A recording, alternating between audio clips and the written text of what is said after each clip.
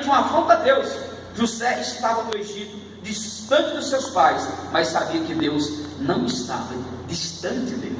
Isso que nos mostra realmente a presença de Deus na vida dele. Percebendo que pelo contexto, pelas ações e pelos princípios divinos e pelo ambiente, que José de fato estava ciente de que Deus abominava o pecado, que se entregar ao pecado era uma afronta ao Deus de Abraão, ao Deus de Isaac e o Deus de Jacó, o Deus que ele servia. Assim como ele reconhecia, José não usou desculpa do tipo: eu estou arruinado mesmo, minha vida já está toda errada, fui traído por aqueles que eu esperava que jamais me traía. A presença de Deus na vida dele fez ele entender que Deus estava no controle e que pecar somente ia piorar a situação. Observe que somente a graça de Deus, a presença de Deus é capaz de fazer o homem pecador entender essas coisas. E a presença de Deus ali dá graça para ele, para que ele interprete aquela situação difícil que ele está vivendo, e que ele possa olhar para Deus e encontrar em Deus a graça para que ele pudesse vencer aquele pecado e dizer não ao pecado, reconhecer que o adultério seria um pecado contra o próprio Deus. Como eu disse, o escritor é talentoso, as cenas não terminam aí. A próxima cena da narrativa que nós encontramos aí, além dele estar naquela condição de escravo, dele estar assediado, aí nós olhamos aí para a última cena que nós vimos no versículo 11 ao 21, quando José ele é caluniado. Diante daquele episódio dele não se entregar ao pecado, aquela mulher então resolve caluniar José.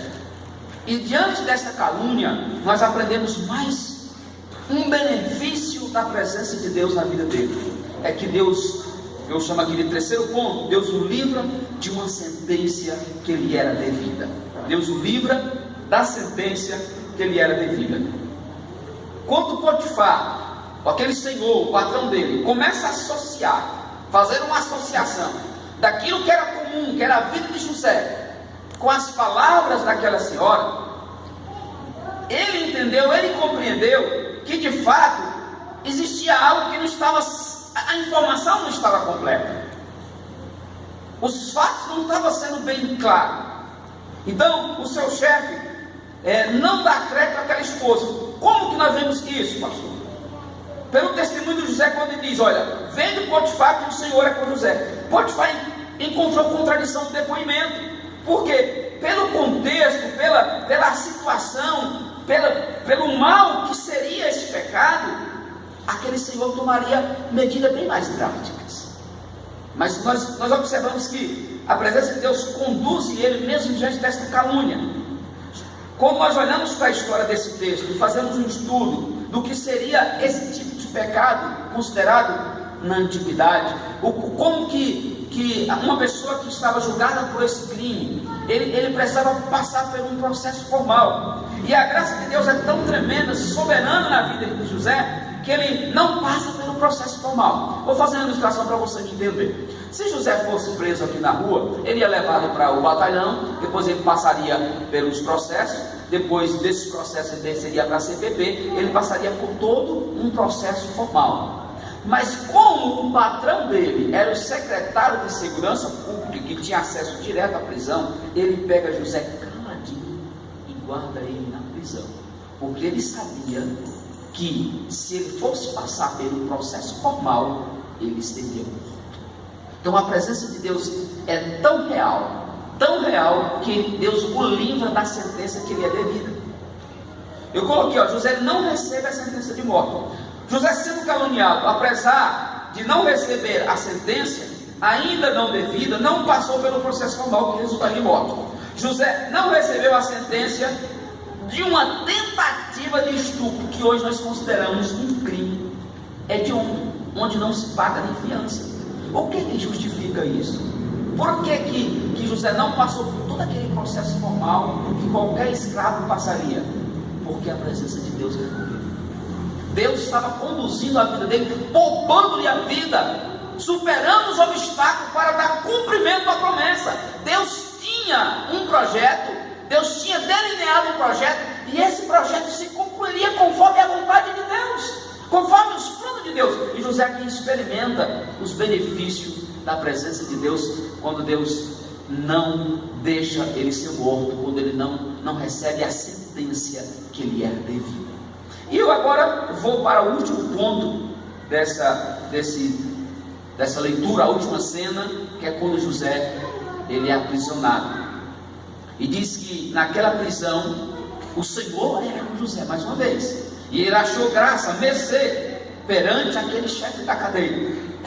Assim como na casa de Potifar, agora na prisão o narrador dá ênfase: o Senhor era com José, para fechar a narrativa mostrando os benefícios da presença de Deus, e como Deus mais uma vez supera os obstáculos para dar cumprimento. Se você olhar no começo da narrativa e o final da narrativa, o narrador é talentoso. Do jeito que ele começa, é como se ele fizesse uma introdução e ele faz uma conclusão fechando a informação, dizendo: olha, eu quero mostrar para vocês o quanto que Deus era na vida deste homem. E ele mostra a cena, ele termina com a última cena, José agora preso naquela cadeia, mas ele diz que Deus era com José, que achou graça, a graça de Deus da vida dele. E eu vejo aqui alguns pontos que mostram como que José experimenta a presença de Deus mesmo no cárcere. Se você for um leitor desatento, você fala assim: não, a situação dele está piorando.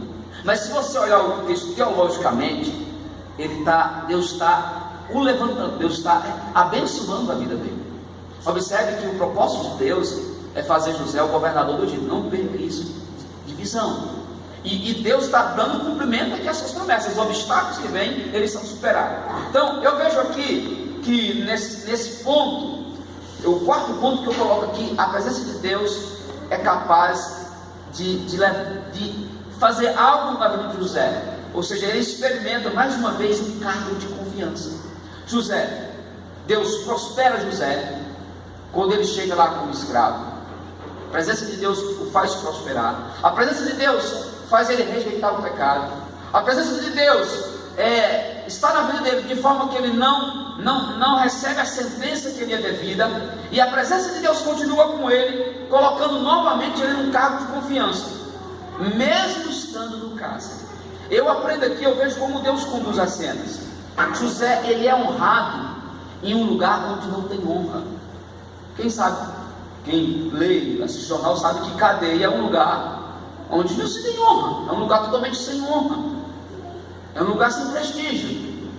Eu já tive o privilégio, infelizmente, de visitar algumas pessoas lá por necessidade, e eu creio que é um lugar que não é um lugar agradável, e quem já passou por lá sabe disso.